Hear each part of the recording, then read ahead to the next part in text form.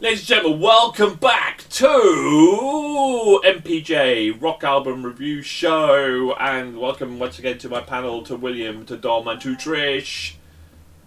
Hello. Rock on, guys. What's the show all about? If you're tuning in, we review the latest rock albums, pitch them head to head, rate them out of 5. Will they get into our Hall of Fame? Will they get into our shortlist for albums of the year? Let's find out, because today's battle is Noveria and their album Gates to the Underworld, and they're up against Mammoth WVH and their album Mammoth 2. Right, okay, who are Noveria? Let's kick off with them then. So Noveria, difficult. They're from Italy, from Roma. Their lineup is Frank Corigliano, David and Calabretta, and on drums, Exol's Francesco Miatti. Really don't know a huge amount about them. Progressive metal. Current label they're on is Scarlet Records, and they've been active since 2013. But there wasn't a huge amount on Wiki and that sort of stuff to give us more about the album. But let's hope their music does the talking. Then, William, let's start with you, William, today, and let's go for Gates of the Underworld. What did you think? Have you heard of this band before? Yeah, will we hear of them again? Let's find out. This is a new kid on the block for me. In the world of, let's be honest, in the world of symphonic metal, this ain't prog, man. Let's be honest, it's symphonic. It's what can you say? It's just It's the thing I've said so many times with the whole power metal, symphonic metal, is that there are so many bands in it now that to really stand out, you have to do something really, really special, not be sort of like everyone else. But it is a bit the same as any other symphonic metal band, which I say isn't a bad thing because it's a really good genre for me, but it doesn't do enough to make it stand up on its own and to make you actually want to go back and listen to it. It's got a few good tracks, like the sort of title track, Gates of the Underworld, is a quite good standout, and I think it was Sent. I think, yeah, that was another enjoyable one, but it's not anything I've not added anything to a playlist. The songs are a bit long. Gates of the Underworld is 12 minutes long, which a bit much, but I see what they're trying to do, but it's not amazing. It's not bad, but yeah, it's an album. Good job. You released one. Be proud of yourselves. Talk about being proud of yourselves. Trish, always proud of you, of course. What did you think of Noveria then, and Gates to the Underworld? Well, Noveria was straight out of the gates with their opening track, Heritage, with power metal drums rolling and operatic trance drawing you in. It is then followed by Origins, which again has no let-up. It's a fast-moving paced album. They clearly know how to play their impressive guitars, keyboards, drums and bass, topped off with capable vocals to drive the songs forward. It's a well-put-together, solid album, and if you're a fan of this sort of style, progressive power metal rock, then this album is for you. Oh, power metal, symphonic rock, Dom, deadly mixture. Let's find out, shall we? Dom, then, what do you think of Noveria and Gates of the Underworld? Had great production. It sounds good as an album, and there is loads going on. It's so many instruments, so much just music happening, but it's really clean. It sounds really clean, but then, as you know, I kind of hate clean. It bordered... We had noticed that about you, by the way. Just yeah.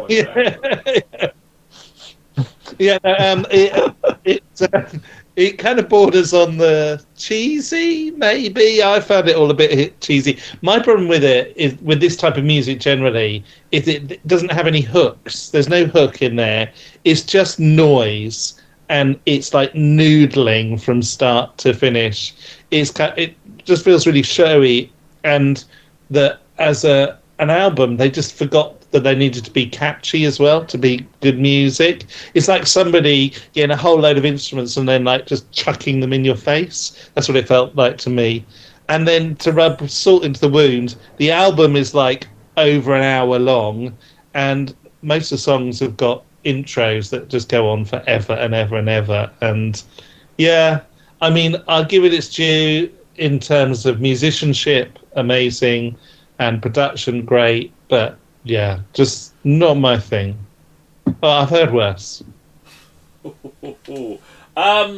Yeah, I kind of go along with a lot of what's been said. I think that I agree with Will. There's a lot of really very very cool. It's actually you and Dom kind of fitted it all together really quite nicely.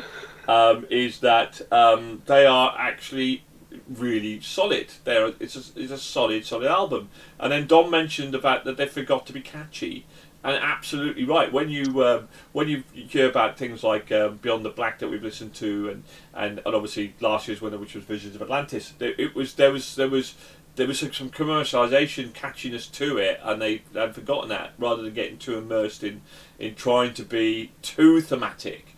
But it was solid. It was solid without anything really kind of standing out and going, oh wow, when you hear that, you don't really particularly want to listen to a 12-minute track again and again and again. You know, a lot less is kind of on in the background, really. Solid album, solid musicianship, but I agree with Dom. I think they forgot to be catchy. They forgot to maybe pull you along with them. And power metal, you need that. You need that. In symphonic power metal, I think you kind of need that, from that perspective as well. So, and I agree. I've heard worse, certainly better than Glory Hammer. Controversial, but there we go. Well, who are they up against then? Let's find out. They could still win this battle because they're up against Mammoth, and their album Mammoth 2. Who are Mammoth? American rock band formed by frontman Wolfgang. Listen to this, guys. Fronted by Wolfgang Van Halen. Oh yes. Initially as a solo project, while he was still part of Van Halen. Prior to the disbandment, during an interview with Eddie Trunk in February 26, 2008, Wilco stated they'd hoped to begin recording a second album in 2022, following a tour in support of the debut album, citing there was enough material to record as well as leftover tracks from the demo album to look at. So they confirmed the recording of their second album. They are from Los Angeles, California, members of Wolfgang Van Halen, Frank Sidoris, Jon Jordan, Ron Ficaro, and Garrett Whitlock as the band. Well, let's start with you then, William. What do you think? So, I want to start by saying this isn't, again, necessarily my cup of tea, this kind of music. You know, it's not obnoxiously heavy, it's not scream and shout, it's not metal, it's good, classic, solid rock. Saying that, this is just a really good, solid rock album. It's the technicality of the music in it, the guitar work it's fantastic. I think that's obviously the first thing that hits you is that the guitars are brilliant. The vocals really fit with the kind of sound they're trying to make, which seems like something you shouldn't be complimenting a band on, but you're surprised at the number of singers who just don't sound like they should be there. It's just a really good album. It's not something I'd normally go out of my way to try and listen to, but I would find myself actually go out to try and listen to music like this more if it's more like this. It's good. I like it. Cool. Good guy. Job.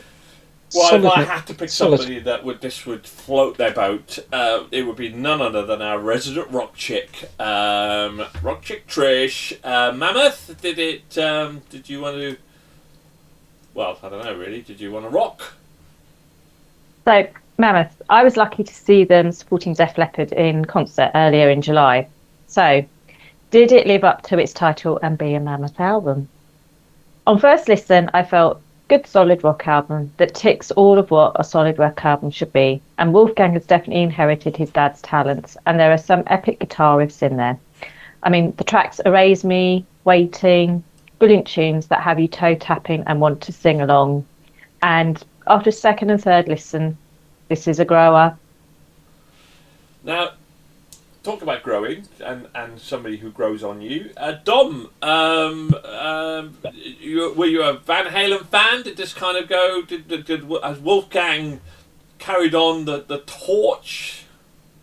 I'm not a massive Van Halen fan, but I mean, this Wolfgang rather, has got. I mean, he's got bags of talent. I think as well, if I'm right, all the band members he listed, that's just his live band. He does everything himself. I think the album, he records does all the instruments and all the music himself. He has on the previous albums. I think he has on this one as well. I mean, the guy is talented. The production is huge on it, and in a way, this is like the polar opposite of the last album. In that this has got all the hooks, it's got all the riffs.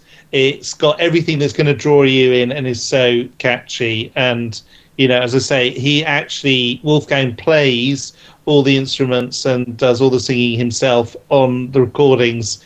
He brings the band in for the live shows as well. It's surprisingly, original, but also has got, that kind of classic rock sound to it as well. It's... In some ways, you could say it's like being hit in the face, it's like being hit in the face by Wolfgang Van Halen, I imagine. And he is a pretty meaty unit, isn't he, Wolfgang Van Halen? Let's be honest. So that's going to hurt when that hits you. And I think this hits pretty hard.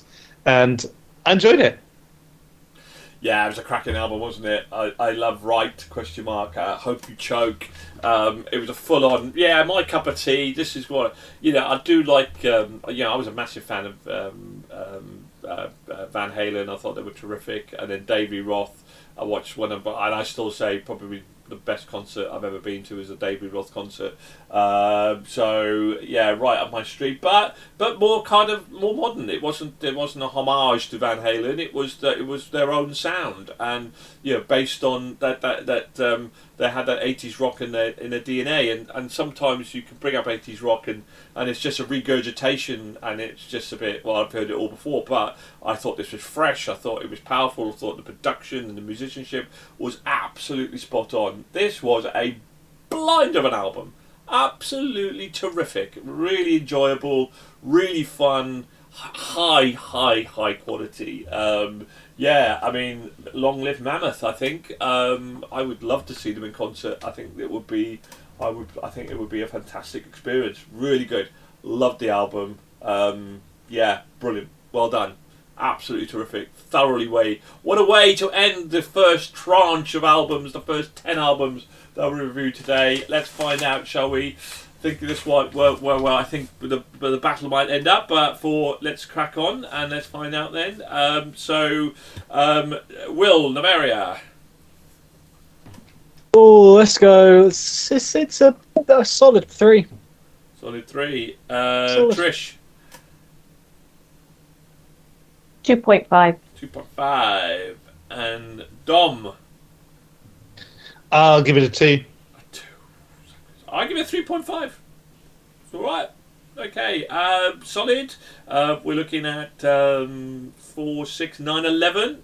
So better than average. Well done. And Mammoth. Will. 4. 4. Oh, for you, that is a really big score for this time of year. Well done. It was just really good. What do you say? 3. 3. Yeah.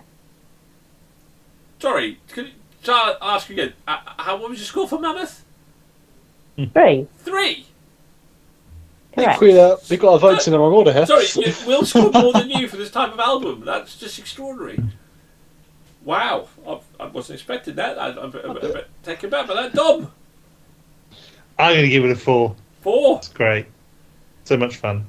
4. I give it a 4.5. I thought it was fantastic. So, okay, there we go. Well, thanks to Trish, they didn't make the Hall of Fame. 15.5. Oh. I wasn't expecting that. Do you know, sometimes you normally with Trish you go like, wow, it's going to be a 5 or a 4.5. I was kind of a bit surprised Should by never that. assume anything. No, should never assume. Should never assume. Never bet. Well, anyway, there we go. So, Mammoth wins this particular battle of the bands. Congratulations to them. I thought it was terrific. Really good. If you like what you've seen and you want to hear more, please like and subscribe to our channel. We're now 260 album reviews in, which is fantastic. Thank you to my crew, to Dom, to Trish, and to William. And keep on. We know you like our cliches. Keep on rocking.